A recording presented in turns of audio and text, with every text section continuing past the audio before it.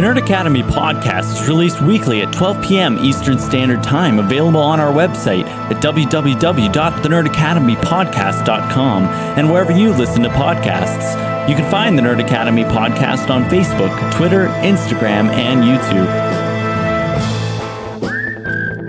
You can also help support the show by going to patreon.com/The Nerd Academy podcast, where every donation allows us to bring you more exciting content every week.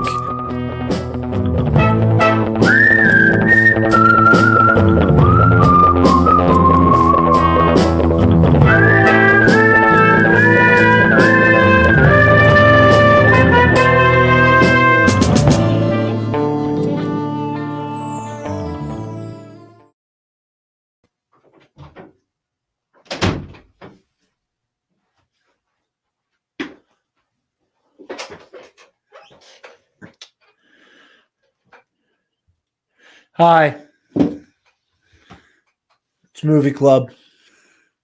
So bad it's good month.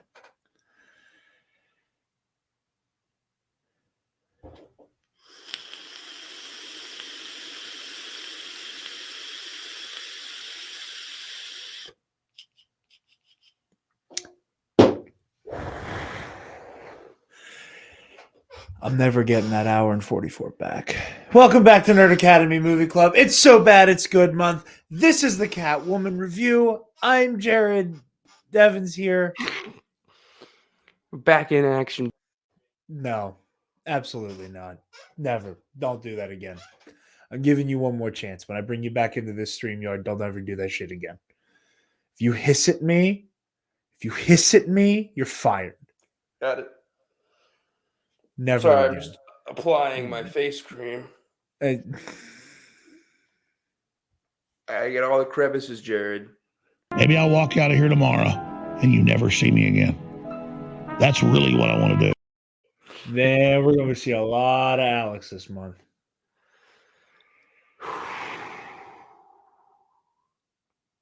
I'm glad we do that at the same time. Yeah, so it's so bad it's good month. Folks, ladies, gentlemen, everyone in between. I don't like to beg for your Patreon money. I'm sick of being called a grifter. What I will say is I want to get the time code right in the audio commentary track. Last night, we recorded yesterday at one moment. It's pretty good. At an hour and 12 minutes. I got a taste of what psychosis is like.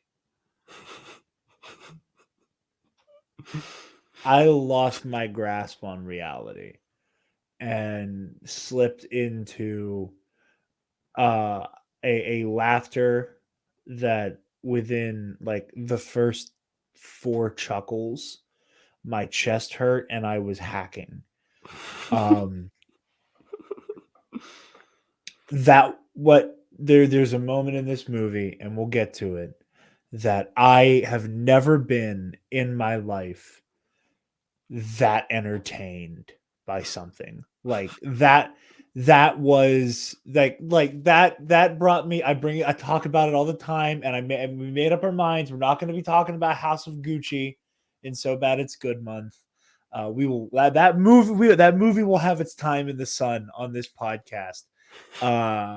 But it was I can't bring the rest of the movie into So Bad It's Good territory. Just because of Jared Leto's Paolo Gucci. Also, Morbius kind of ruined that for me. But there was a moment in this movie that might be one of, if not the funniest things I've ever seen in my life. It went on for minutes. It was 2.5 minutes of me laughing harder than I have all of the calendar year of 2022. I thought I for a moment there thought I was going to laugh myself into vomiting. This movie is something else. But before we get into all of that, a brief word from our lovely sponsors, the folks at sundaysbloodymary.com. You guys know the drill. Sundaysbloodymary.com has the best Bloody Mary mix on the planet.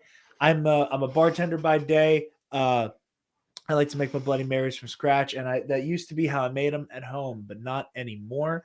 I even have people who I make my Bloody Marys for at work buying Sunday's Bloody Mary now. It is that good.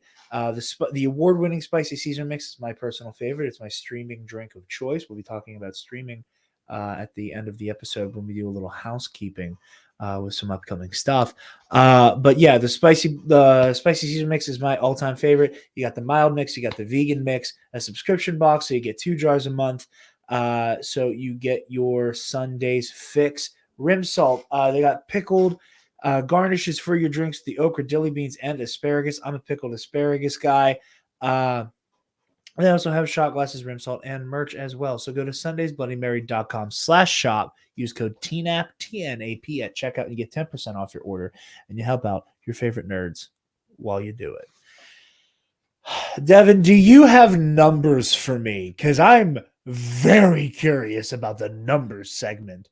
Some of it was actually kind of hard to find. I think people tried to bury this deep down, as we will.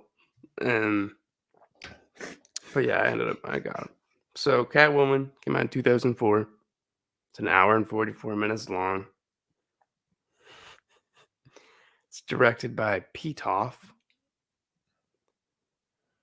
I don't know if that's a first name or a last name, if that person's even alive anymore.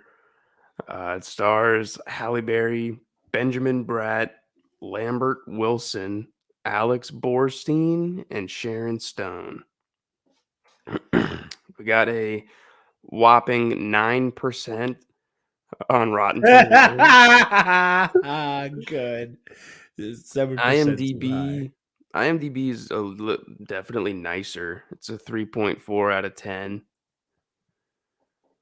And little fun fact, Halle Berry actually won the Razzie Award for Worst Actress of the Year in 2004, which I don't think was all her fault. There were a lot of, it's easy to be like, the writing was so bad, and it was. Listen, I But don't I know also any get it. actor who could have saved that screenplay, but Halle also made decisions that This is true. I'm curious about. Real quick, per Wikipedia, Pitoff entered the film industry in 1976 as an assistant director and film editor. He branched out into visual effects in 1986 when he co-founded Duran Dubois, a post-production studio.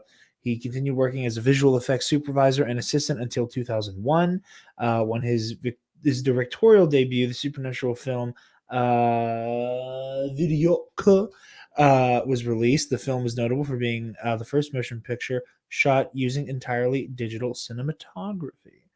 So I want to track that movie down at some point. In 2004, Pitoff made his English language debut with the Hollywood film Catwoman, starring Halle Berry and Sharon Stone.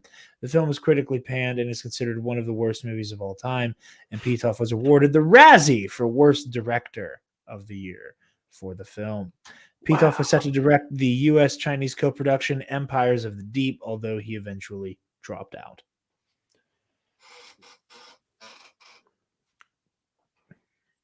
So a short-lived career for Pitoff. Yeah. I mean, not short-lived. He was active from 1976 to 2009, but a short-lived directorial career for Mr. Pitoff. In and out. In and out. Money-wise, not too bad. Budget of around $100 million. Checks out for this time period. Box office just under 80 million. Good. I am so glad this did not turn a profit. I was so scared you were about to tell me this had returns. But like by that logic, it probably would have had a sequel. So thank God no one saw this shit ass movie. Do you think they try to do a Batman in the sequel? I have What a a scary theory. thought. I have a theory about Batman's involvement in this universe. Really? One that I think might upset people. Do you want to get right into that?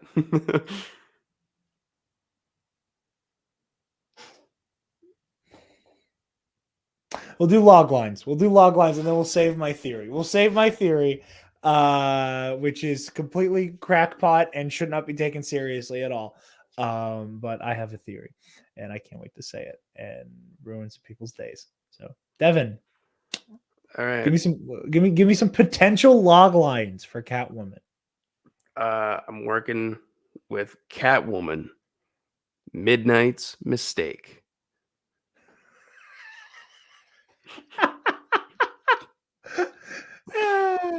That's probably the best one I got. I really don't like any of my other ones, to be honest.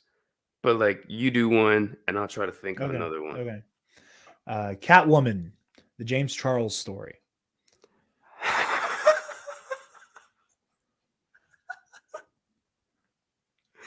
That's fucked up, man.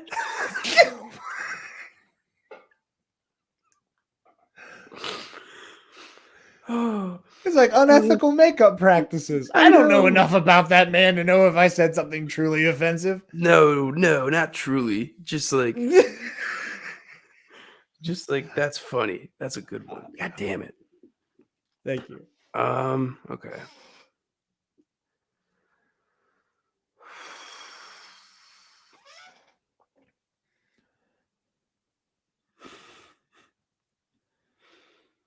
You gotta go again. Too much dead air. Okay. Too much. Okay. Let me think. Catwoman. The screenplay aged as well as the milk. What the fuck? What did she order at the bar? So A white Russian. I got all so the angry vodka. as a bartender and as someone who loves white Russians. When she goes, "Give me a white Russian. Hold the vodka. Hold the Kahlua. Hold the ice." And he literally just goes, and then the bartender even acknowledges and goes, "Chilled cream, straight up." And it's like literally, just have her be like, "I want milk." Just have her do it. Just have her say that she wants Yeah. milk. Just go there. Okay. If we're gonna move on from log lines, if we can't come up with any more. Next week we'll kill it with the log. Next week we're coming in hot with log Coming lines. in hot, fully prepared. Okay. Here's my theory with Catwoman.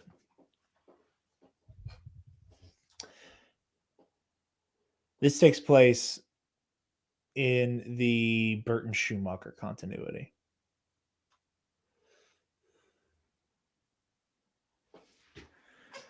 Here's why. Okay. So we established that Catwoman is kind of a title and an avatar type state that is, passed along through history. Mm-hmm. So you can feasibly have both Michelle Pfeiffer, Selena Kyle at one point in time, circa Batman Returns, and then for Patience Phillips to then take up the mantle down the road. So there's that. There is a shared history of poisonous cosmetic products. If you go all the way back to Batman 89 and Joker's Smilex. Wow. So there's a through line there of the toxic waste cosmetic stuff.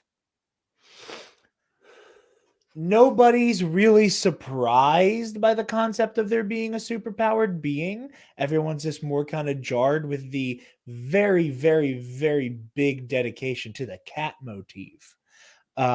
So this could very easily be a universe where these people have seen the likes of a Mr. Freeze and a Poison Ivy and a Bane and a, Two-Face and the Riddler and all that stuff.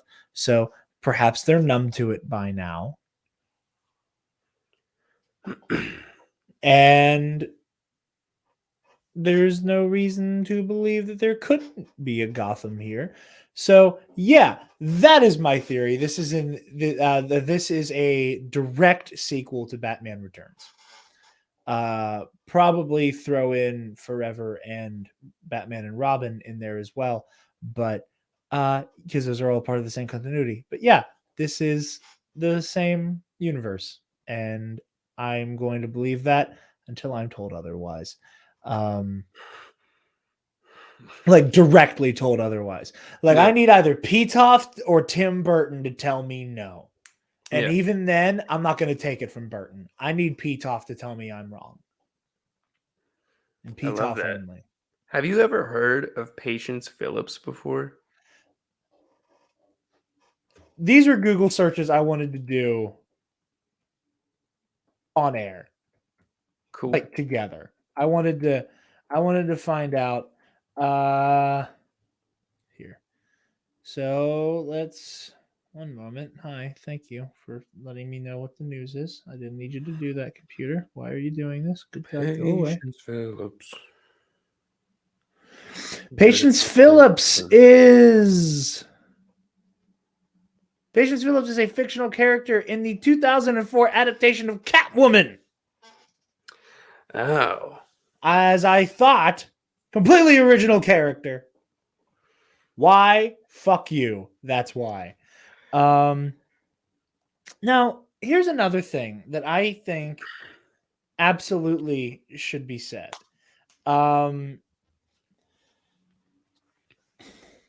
Adapting and taking liberties with comic book stories is not inherently bad.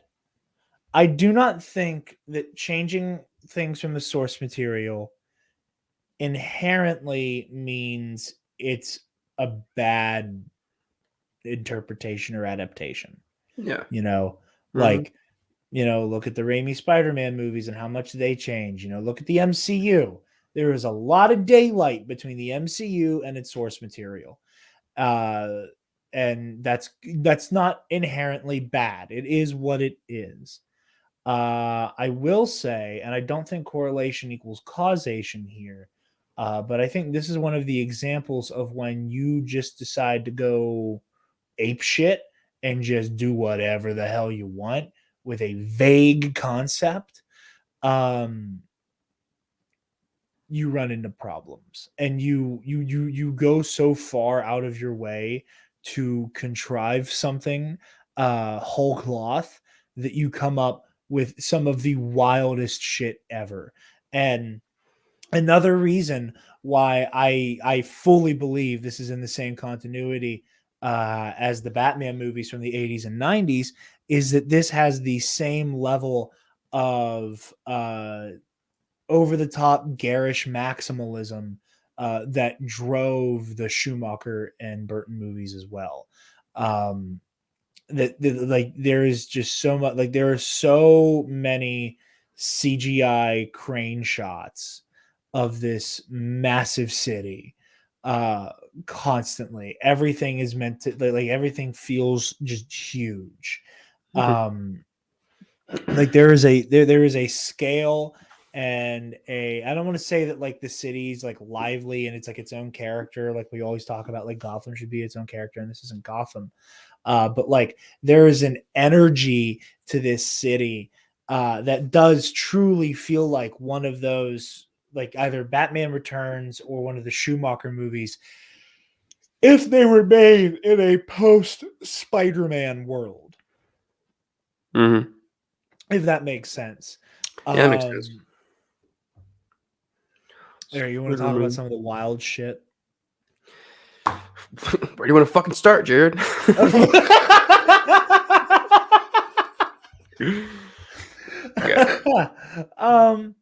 Okay. We got Patience Phillips. We got an egocentric, womanizing, heartless thoughtless businessman of like, I'd say like, do you think that guy or Stoneface was more like villain A and who was villain B? I feel So like since the I'm boss fight at the end I'm was glad Stoneface. we started here. Okay. Uh I think there is something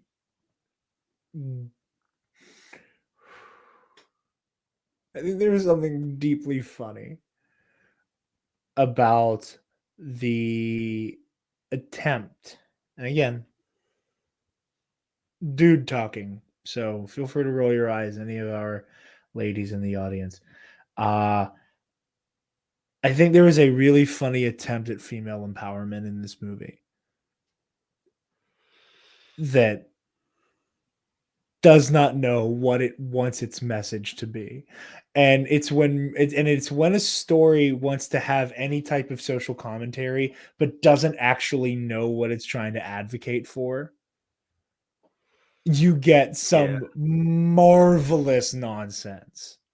Like the entire movie, uh George Hedare is, like you said, framed as this like soulless evil piece of shit. Um and he is a soulless evil piece of shit who is reinforcing patriarchy uh through his like very like, shut up and look pretty worldview and views towards women. And it's like, okay, well, fair. Okay, this is our bad guy. Sharon Stone's character, his wife, is more sinister, but is absolutely victimized by George Hedare's patriarchal outlook. Like it's very like it's clearly implied that he's the one who's like making her put on the face cream that gives her dense as marble skin. I said it and I like completely stopped in my tracks. It's like I hit a rock. But it was her face. But Yeah. so on one hand you have like victim of the patriarchy and victim of destructive beauty standards, Sharon Stone, Mrs. Hedare, uh and you're like, oh well, that's awful and he's treating her terribly. And there's a part of you that like wants to be team Sharon Stone. And then, but you also recognize that she's the one who hasn't, who didn't make Beuline the face cream toxic, but she's aware of it and doesn't give a shit and is happy that it's highly addictive and is happy that it will have this terrible impact on people. So like you get into this very weird like the oppressed becomes the oppressor type cycle with Sharon Stone's character. So there's like an element of tragedy to her that she's like become pilled as well. But also she just says the wildest shit. Um and Mr. Hedare is just so open and flagrant about the affair he's having with this with this Hedare Beauty model who's like the face of the company, and they're phasing out his wife as the face of the company. And like there's multiple times where they imply that like the chick, his mistress and the new model is like practically underage, which like really doesn't really ever get any lip service. Like it's completely just played off as, oh, he's a piece of shit because he's dating a younger woman. But like with how wild this movie is, when Sharon Stone's character has those passing lines where she's like, "Oh, be careful, George. She can't drink yet." And it's like, "She what?" I can't tell if you're being serious or not. I can't tell if that's a joke. I can't tell when this movie is actually trying to make me laugh because I've been laughing the entire time.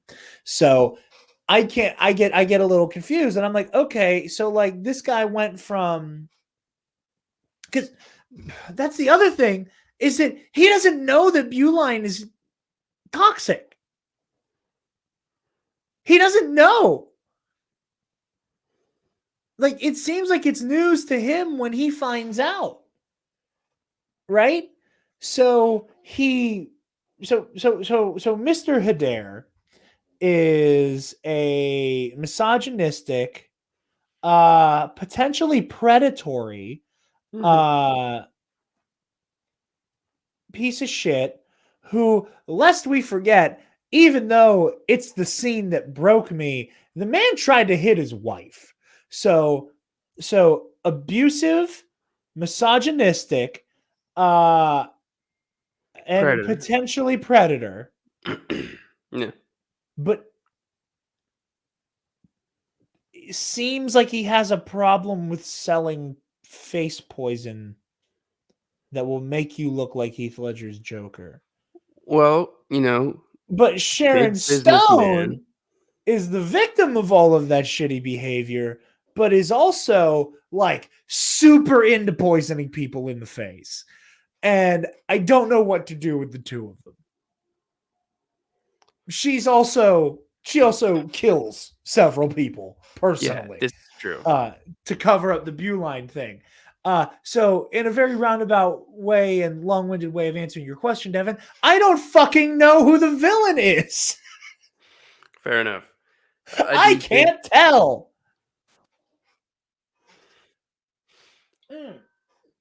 And like it becomes increasingly difficult when one of your villains kills the other one, right? Because again, like Sharon Stone's kind of like a victim of circumstance, but also she like absolutely she's the villain, but like the movie also wants us to be very sympathetic for her, and then the movie basically devolves into uh Halle Berry, who through patience, who through the Catwoman persona has become like this avatar of the duality of woman and the and liberation, and living your life unapologetically, embracing your femininity, and I can't say that word, in whatever way it manifests, which is cool.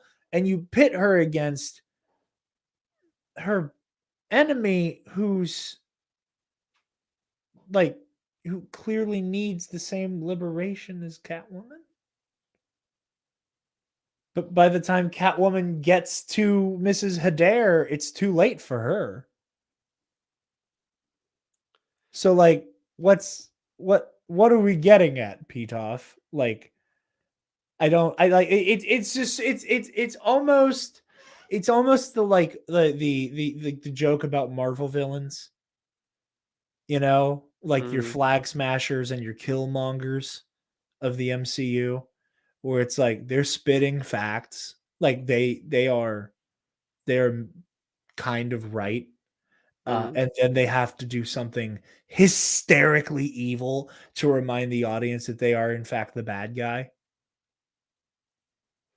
You know, like you have to have moments with Flag Smasher where she's like blowing up fucking orphanages, and you have to have Killmonger just kind of like come unglued and like psychotically murderous out of nowhere a couple times. Mm. This is almost the reverse of that, Yeah. where you have like this really, really sympathetic villain that, despite being victimized, you keep going out of your way to remind us, or that despite being a piece of shit, you keep going out of your way to remind us that they deserve our sympathy, but also Sharon Stone is like chewing the scenery playing a villain.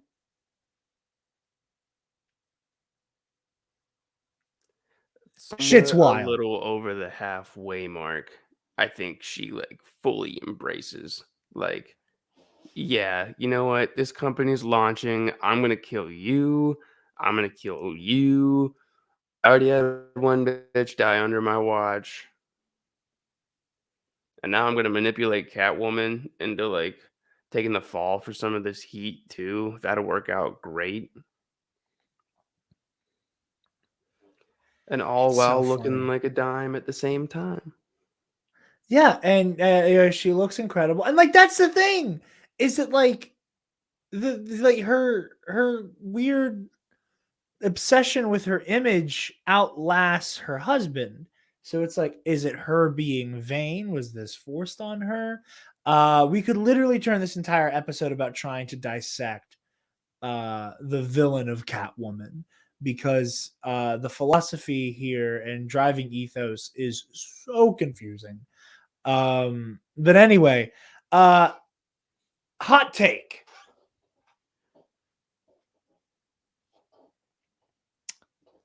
I hate this costume a lot. I I have a lot of problems with the costume. I feel I like get I and I get it's supposed to be crazy, sexy, cool type thing, you know, yeah, like 2004, like R&B, hip hop, like yeah. with some new metal in there, which was also fun. But like I get it, like, and the costume is very much a product of the 2000s era superhero movies. Um, but like the all tattered up look, which like the one that's like basically like a bra and then like pants that are all ripped up. Yeah. I think is vastly inferior to her just wearing leather outfit. Yeah, I agree. It's a big difference between like I covert preferred I preferred that and suit significantly. yeah. Um, Speaking of the scene in which she wears that, um, I also I don't. It's so funny to me that this movie like really makes the decision to not decide whether or not Catwoman is a hero or a villain. Because you and I had a moment where during the jewel heist scene, uh, where she Oh yeah. where she's like, you know what, I'm just gonna steal this necklace for fun.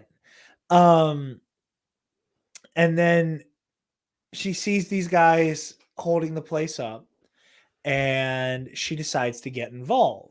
And it's so funny to me because it's like she's very dedicated to stopping these people from doing the same exact thing she's doing. Uh to seemingly just steal all of it anyway.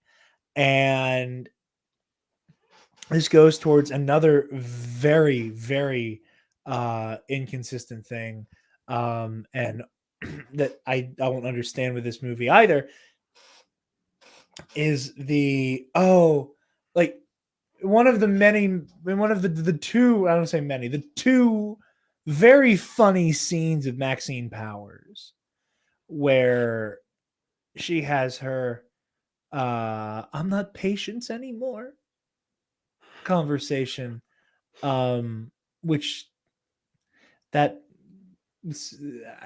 I don't know why that line delivery also really grossed me out, but it did. um Ophelia Powers, not Maxine. Yeah. I don't know I don't know where I got Maxine from, Here but comes Ophelia. uh, that Ophelia says to Patience that you're both Patience and Catwoman, and the movie does not fucking agree with that. And that's another thing I think is hilarious because it is clearly two separate personas. Patience remembers none of what Catwoman does, and by the end of the movie, she's completely given up her life as Patience Phillips, completely telling the driving, like, you can be both, you can be more than one thing. That it is possible to be both, hi, I'm Patience Phillips, hi, how are you? And also, like, I'm Catwoman. Like, you can be both. And the movie goes, no, she's Catwoman. Where was I going? Oh, the jewel robbery, Yeah. which is, again, it's just hilarious. And again, it's 2004 CGI, whatever. We've come a long way. I said this in the audio commentary. Patience Phillips, her fighting style can be described as bumping into things. We're like, that's another thing that I think is just so funny, is how much it does not feel like she's ever hitting anyone or anything. Like, it just kind of feels like she's throwing herself at things and then they move. Like, there's a scene where she just kind of like, and then the other guy's like, oh my god, flipping all over the place.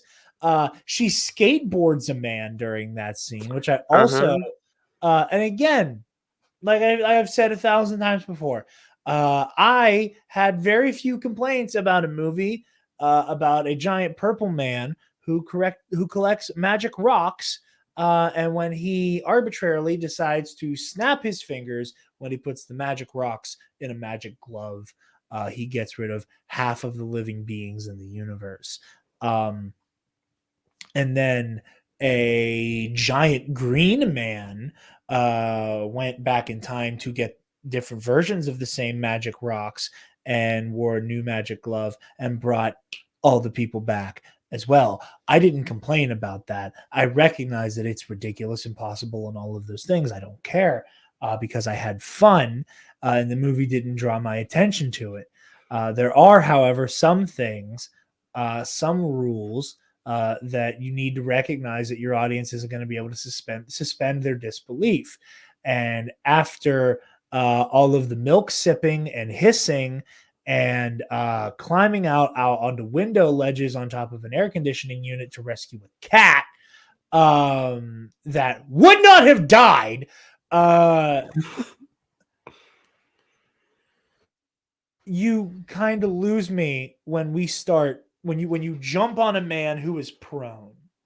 The man is prone on the ground. He is audio listeners, you're missing out right now.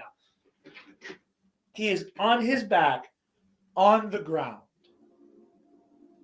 And Patience just goes like that and then rides him across the floor like a skateboard. It is incredible. This is cinema. That part got me real good. That fight scene's incredible. I love the I love Tom Lone. I love Tom Lone. I think Tom's cool. Tom does all right. Yeah. Tom is one of the dumbest characters I've ever seen in a movie ever. Like, again, go back to other super. Let's talk about DC movies.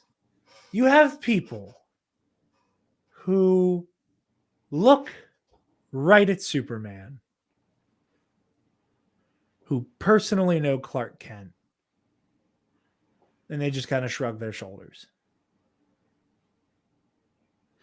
Plenty of people who don't know, who can't figure out that Bruce Wayne is the Batman. Sure, fine, I'll take it. I have no problem. But this movie makes the decision to have Tom almost figure out that Patience is Catwoman. And then decide that he's not going to worry about it until he just arrests her for a crime that she clearly did not commit. Now, Devin, I want to go back to jewel theft. So, Patience accidentally, because she got murdered. Another thing she and Selena Kyle have in common. Connecting the dots. Connecting the dots. This shit movie's connected to a bunch of other shit movies. I like Batman Forever. But okay, so Patience accidentally stands Tom up on their date because she got killed. And she shows up at the school that Tom is giving a talk at because he's a cop, he's a detective, and he's basically telling the kids, don't be bad people. And there's also a really funny moment where the kids are like, hey, can I see your gun? No. Hey, will you shoot your gun right now? No. Which was like bonkers. I don't know why that like scene was written that way. Again, there's a lot of lines and there's a lot of dialogue in this movie that feels very first draft.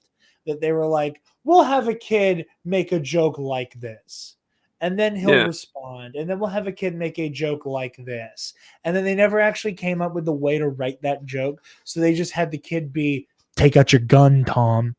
But Patience arrives, and this is after she's been saved by Midnight, the several hundred-year-old cat, and several 1,000-year-old cat. So she's saved by this ancient cat, and she goes to on her date, or to make up for standing him up on the date.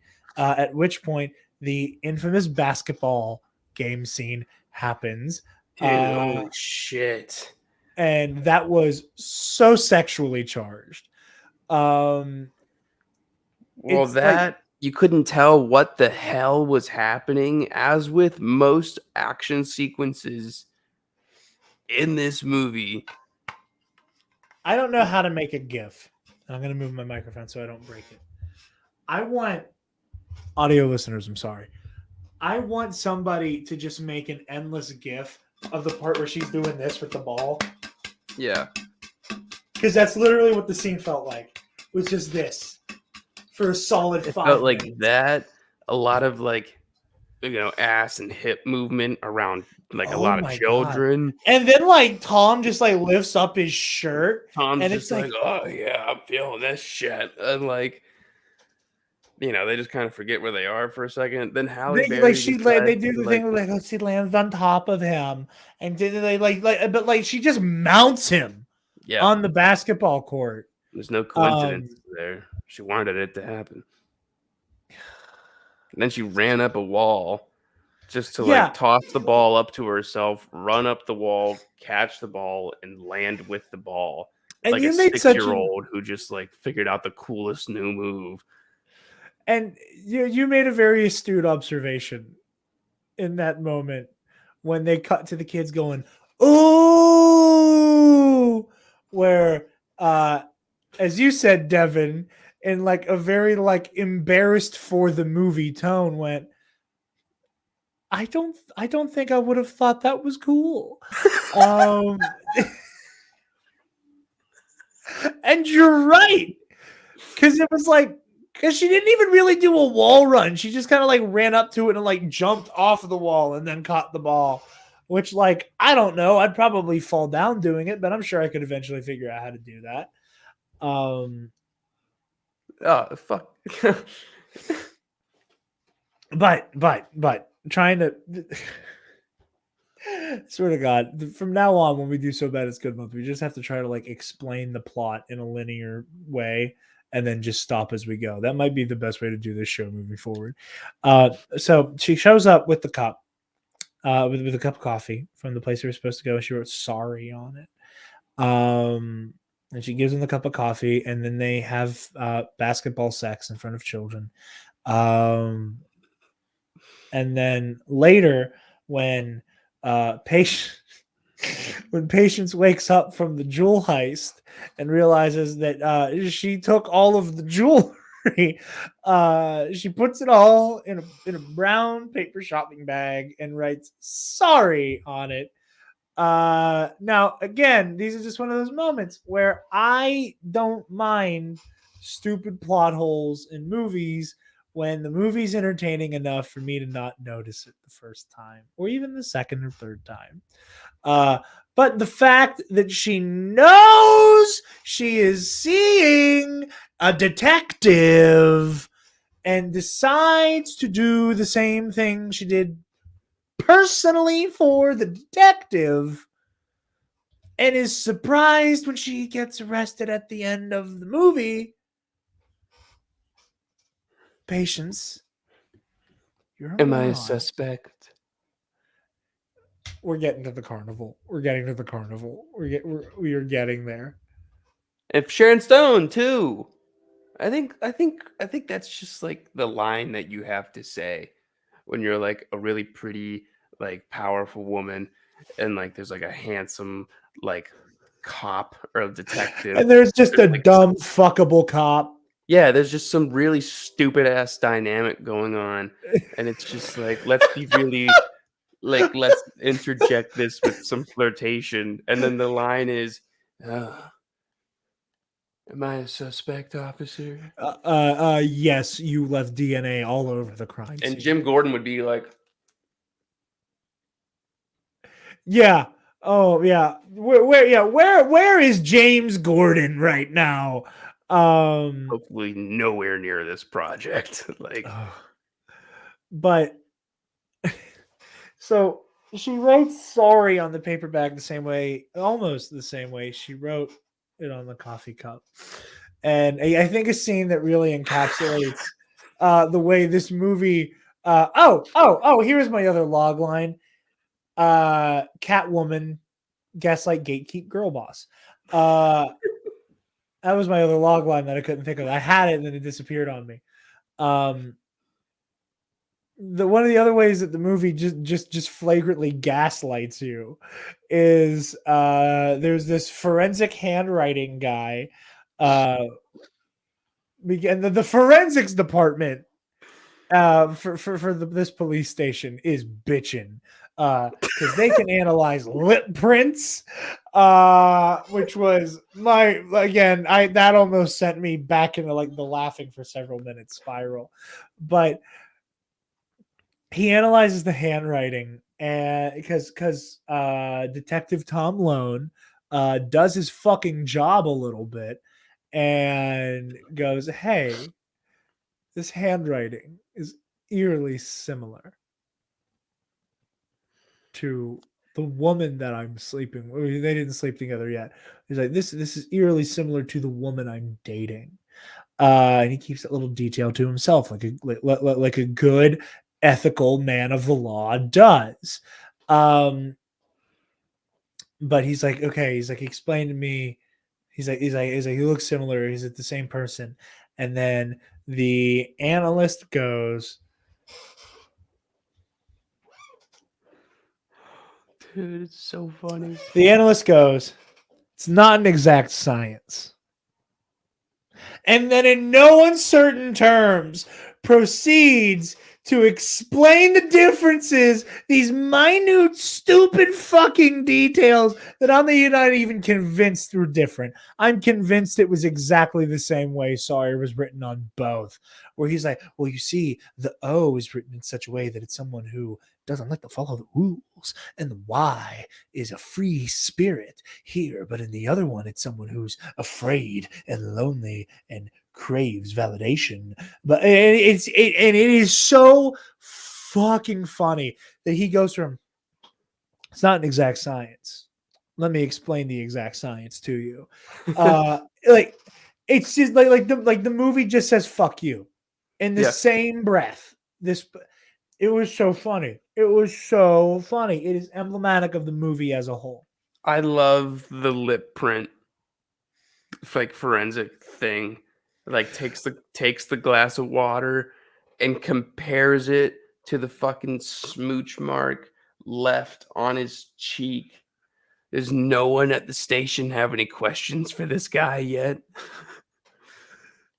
Like, hey man, are you Don't forget that one scrutinizing? Don't forget the detective who comes by after they finally lock Patience up. Who's Yeah. like, hey, think of it this way: you lost your woman, but you got your man. It's like, shut the fuck up, dude.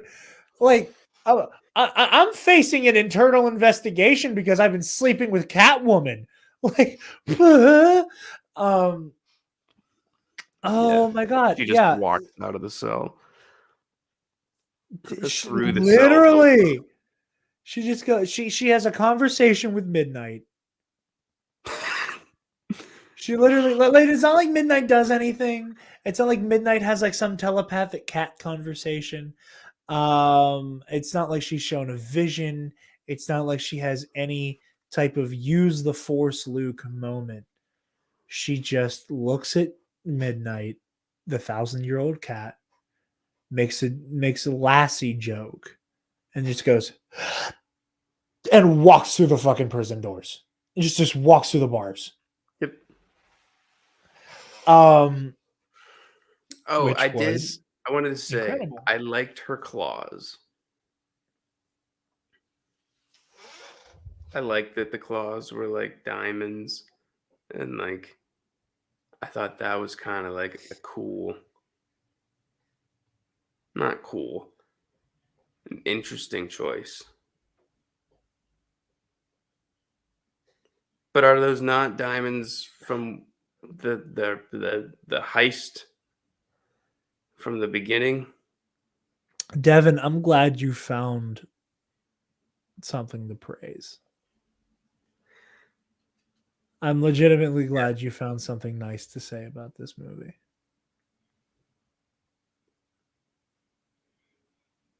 It needs a defender.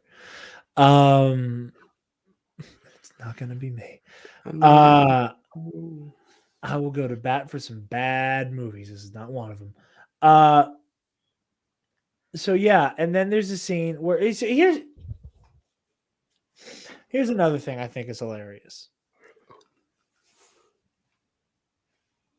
At no point do they really make a hard and fast decision on what Catwoman's killing policy is. And because it seems like she's going to kill George Hedare. Like, she goes to that weird little performance that he's at to kill him, and she attacks him and is stopped by the police. And I'm not saying that she's not justified in doing it. Like, he killed her, even though he didn't, but she thinks he did. So that's super unclear for a good part of the movie. And then like they frame her getting framed for killing Hedare like it's something she would never do. Mm-hmm. Which I also thought was a choice. And they even go the extra mile of the superhero movie cop out of I didn't actually kill the bad guy. The bad guy did something that like no good like they Green Goblin. No, I'm Royal agreeing with Hedare. you. I'm just sick of it. Yeah, like they Green Goblin her, and I was very surprised by that. Like, y'all just had Batman throw Joker off a fucking building in 1989. Like, I Bruce think just basically throws the Joker off of a church. And it's like, okay. yeah. And I really thought that I was the least of this movie's problems are that final fight. There's there's much Which bigger wasn't fish to good. fry. But I think a better ending to that final fight would have been that earlier in the fight is when Catwoman scratches Laurel's face, which somehow she's able to penetrate the marble tough skin, which was another thing. They have that amazing moment where George goes to slap Laurel and he slaps her and he goes, ah, because he basically just slapped a marble statue. Because the prototype skin cream that's been in development for 20 years has turned her face to marble. I love this movie. I really wish that the movie in this final fight, because they could have done something with this, and there was so much potential for you to finally have an opponent that Patience can't just immediately overwhelm. It is the first time in the movie where Patience is dealing with someone that, like, doing a backflip off of their face isn't going to do anything. And you put Patience in a situation where she has to rely on more than just being incredibly ferocious. I thought that would have been cool. And I think, so forgetting that, for whatever reason, let's say that she can still claw Laurel's face. Have her claw Laurel's face, end up at the moment where she's like laid up against the glass. Mm-hmm. And in that moment, like, let's say Laurel knocks her onto that like hanging window thing, sees her own reflection, and then she goes berserk, trying to like kill Patience, but also trying to like smash the glass so that she can't see her reflection anymore. And then Patience does some like weird backflippy shit that causes Laurel to like overcommit to a stabby stab and fall through the window. That just would have made so much more sense, because otherwise she falls and then she doesn't fall and then she falls and then she catches herself and then she sees her reflection and then she gets freaked out and then Patience tries to fucking save her, and then she falls, and it's like they went with 3 different falls for Laurel Hadair was the other thing. Like there was the one that just like looked like fucking Gumby, the way she was falling at first. And then there was another one that was just straight down, like they weren't spinning at all. And then they cut again, and then they're just Mm-hmm. then they cut again just in time for thwap into the giant electrical thing. Speaking of editing, this movie has a lot of it. It doesn't have any of it that's good, but there's a lot of it. Whole bunch. There was like one scene that like cut like 5 times in a second. Yeah, quite jarring. I don't even remember exactly what it was, but I remember after the one, you and I both, we were both just kind of like, I imagine both of our faces were very similar in that it was like, Well, I know one of them was one of the goons when they either hit somebody or they got hit, where it was like they got hit and then you cut to them from like every angle falling. But like every angle was like different and was like really weird yeah, continuity. And very, very, very confusing. But yeah, and then Patience says that she's gonna be her own person and leaves. Also, I want to just double back to when she meets Ophelia Powers. learns about Boss. And I'm going to take it even further back to the opening credits. My favorite part of the movie was the opening credits. And I'm not the best part of the movie. My favorite was the slap. As you can hear in our audio commentary for $5 when I had a psychotic break laughing. The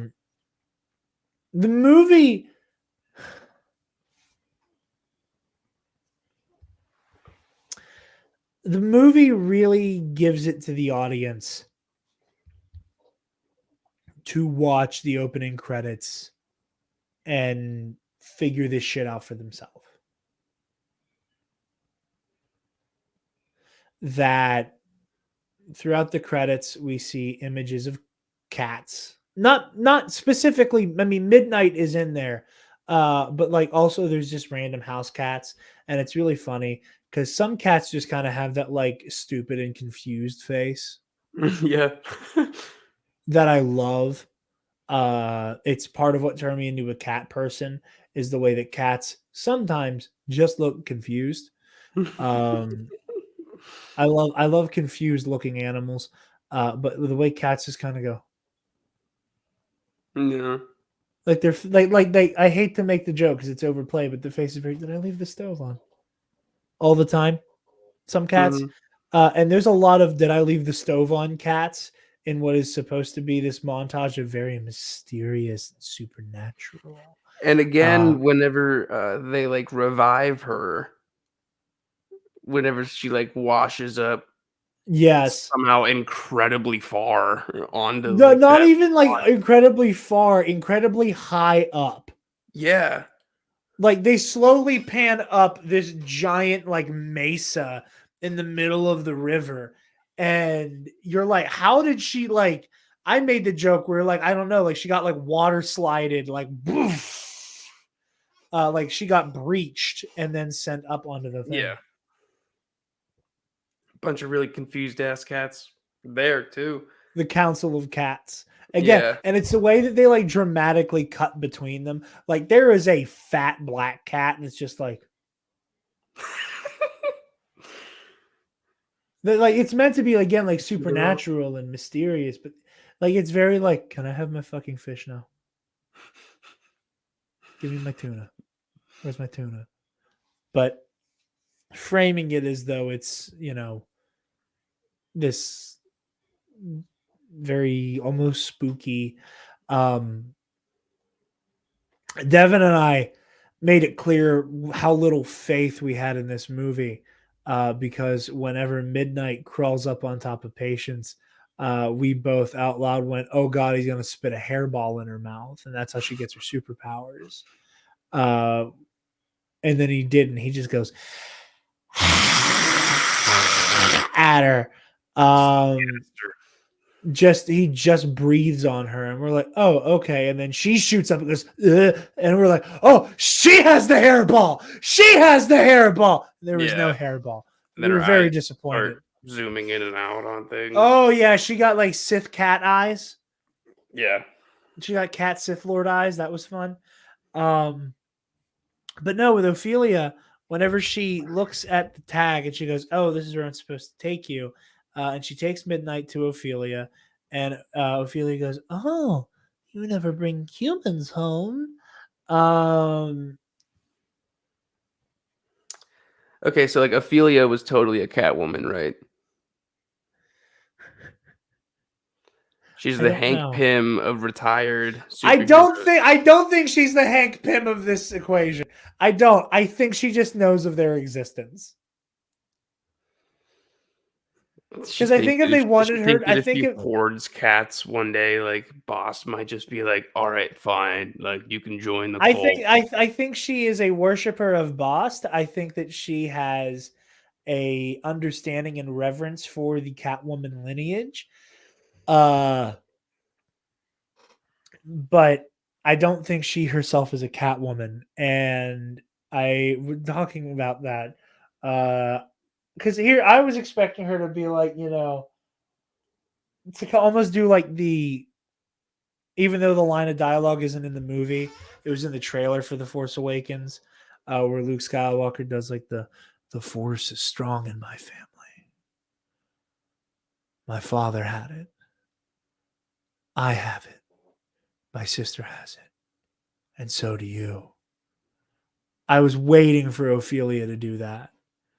And like Yeah. whenever she just shoves Patience off of like the second floor Mhm. and Patience kitty cat lands, I was waiting for Ophelia to like jump down and kitty cat land next to her. And I was like, oh, okay. Since they haven't done that, and it's not like this movie is going to attempt to leave anything ambiguous. She's definitely not a Catwoman. No way that she can be. I will say there was something just so, again, like things you would only, it's not, this practice is not inherently bad, but this movie does it poorly. Where there's things that you would only ever do if you knew you were in a fucking movie. Yeah. And the way that she's like, "You're a Catwoman," and throws the papers across the room Mhm. so that the papers just rain down on Patience. Like, what leaves me to believe that after Patience left, Ophelia was like, "Ah, fuck, I gotta clean this up now." Now you can leave it on the floor. You have 14 fucking cats. Can't They leave your will house do, looking a wreck. yeah. So they're going to annihilate all of your academic research about Boston the Catwoman. So that was also funny to me. And just the conversation. Like, it's just so hilariously movie vague Mhm. where Patience goes, "I shouldn't be here. I gotta go." And Ophelia just waits for her to come back and go, "Why am I doing this? What the fuck is going on?" It's so bad on in a plethora of ways. Um, but it's hilarious. It's so funny. And there's so much in this movie that we'll never have time to unpack. Like I said yesterday, the trope of the um, slightly overweight female friend who is hysterically horny um, is a trope. I'm so glad I haven't seen in a long time. The last time I've seen that is with Fat Amy in Pitch Perfect, where the joke is Yeah. just, "Oh, it was just, hi, I'm big and I like to fuck." Isn't it funny that I am a sexually active person? Because you think that because I am fat and therefore undesirable, that I should not do the fuck. But I do, in fact, do the fuck. And watch me seduce this person that, by your account, I am less attractive than. But they're going to do the fuck with me because I do the fuck so good. And it's funny because I'm fat. I hate that shit so much. And I'm so glad we Quite haven't seen it. overdone. Quite overdone and quite gross. Because I know plenty of bigger people who are hot as shit and get laid all the time. Oh, so it's not that unbelievable. Movies, knock it off. What else did I say? Oh, also, we had a banging gay best friend trope that Yeah. lasted 30 fucking seconds. Yeah. Basically featured background. He was an extra with like 3 lines of dialogue, and that's the thing. Like, Patience Horrible is beard. patient. Yeah. Oh my god. It was like he went to the barber and said, like, "Give me Tony Stark, but bad." Yeah. He's there for Patience to have one of my favorite lines of dialogue in this movie, when she tries to apologize to George Hedare for not having her project in time.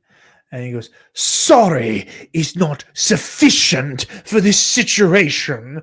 And she's like, okay, let me hit you with the remix. Quality cinema. How did that make it past the first draft? Like, again, I love movies like this because you get a peek into somebody's soul. I think it's Pete off. Pitov, whoever wrote the screenplay for this, movies like this, you get to find out what somebody thinks is cool and what's like super rad to somebody, Kind of scary. you know. And like maybe that was a studio thing. Maybe it was a studio thing without that line, whatever. But I don't think that's the case. I think Pitov had a moment where he went, "No, it would be cool if she said, 'Let me hit you with the remix.'" And Pitov, in his heart of hearts, thought that was the coolest shit you could ever say to your dickhead boss. Let me hit you with the remix. So much of this movie No. is me going, you think this is cool? You little dweeby weirdo. You think this is like there's something inherently like cool and badass with this horrifically bad and uncomfortable dialogue. Yeah, you get a peek into somebody's soul with a movie like this. See, In a for part of your similar for a similar example, 2003's Daredevil. So much of that movie is seeing what the writer and director sincerely think is cool. And a lot of it, spoiler alert, is lame and weird. Similar to this movie. incredibly. Maybe next year we will do So Bad It's Good superhero exclusive edition.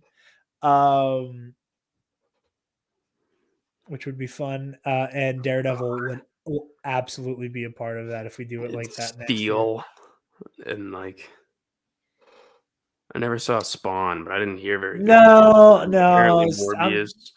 No. Morbius was not funny. I wish Morbius was funny. It was not.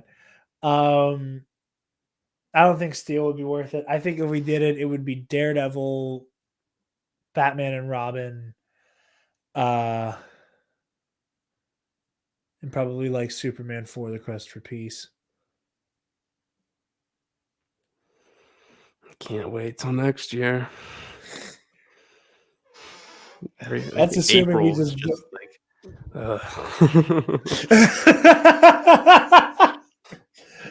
April is a trial of the soul. yeah, April's tough times. Devin, unless you have any other thoughts, final thoughts on a letter grade. I wish she used the whip better. And I wish that Sharon Stone's Stoneface had like a villainous name. Like I kind of wish that she was like a twist on someone from the actual comics. Or like, you know, had that glorified moment of like, oh, I am the bad guy. I'm going to fully embrace this. But yeah, F plus. Right at like a 59%. Yeah, I just wanted to do a quick double check. Yeah, Laurel Adair is a whole cloth creation for this movie.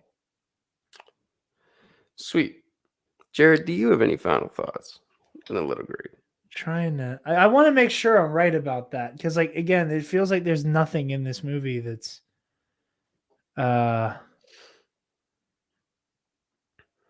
actually from the comics except the concept of cat person.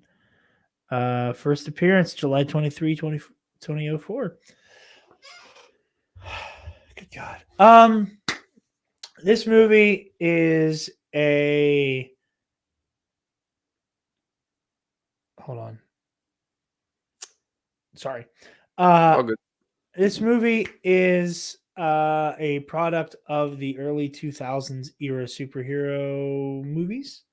Very much one of those. And it is bad in the best way. This is what every bad movie should aspire to be. Like this is a quintessential bad movie in my opinion. It is equal parts shit your pants funny and also rage inducing. And a good bad movie should make you angry and Yeah. that should entertain the people around you. And it should also just say and do some wild shit to make you laugh. And for a moment, forgive the movie for being cheeks because you had a brief moment of joy break through the dim clouds that are a terrible fucking movie. But this is a terrible fucking movie. Well said. And I give it an F for feline. All right, buddy. I gotta leave right now, but you can follow me at Devin J Armel on Instagram. Okay. Thank you so much for joining, and take this one home, man. I gotta go outside real fast. Okay. Yeah. Go do what you got to do, bud. All right. See you. Later. Yeah, so I'm gonna let the cat out of the bag. Our next episode is going to be I want to get the title right because I said it wrong talking to Devin yesterday. Vampire's Kiss. I said Kiss of a Vampire. That would lose you points in the movie trivia schmodown. But yes, another one on those lists of movies that everybody likes to laugh at. So also meme culture watershed moment for that one. So yeah, Vampire's Kiss will be our next movie. What I was talking about was streaming.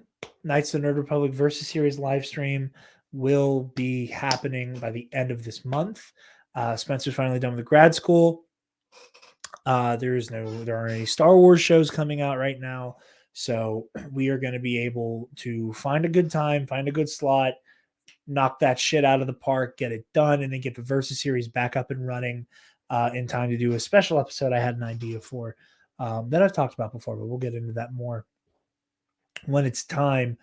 Also, Star Wars Celebration is coming up. May is Star Wars month around these parts. So we'll be talking about the prequel trilogy in May, just in time for the 20th anniversary of Attack of the Clones as well. So stay tuned for that. But Star Wars Celebration, I am going to be live on this here YouTube channel and on our Twitch. I'll post about that at some point. The Twitch is just going to be used for live streaming. So if you prefer Twitch to YouTube for live content, that'll be an option for you guys for whenever we are live.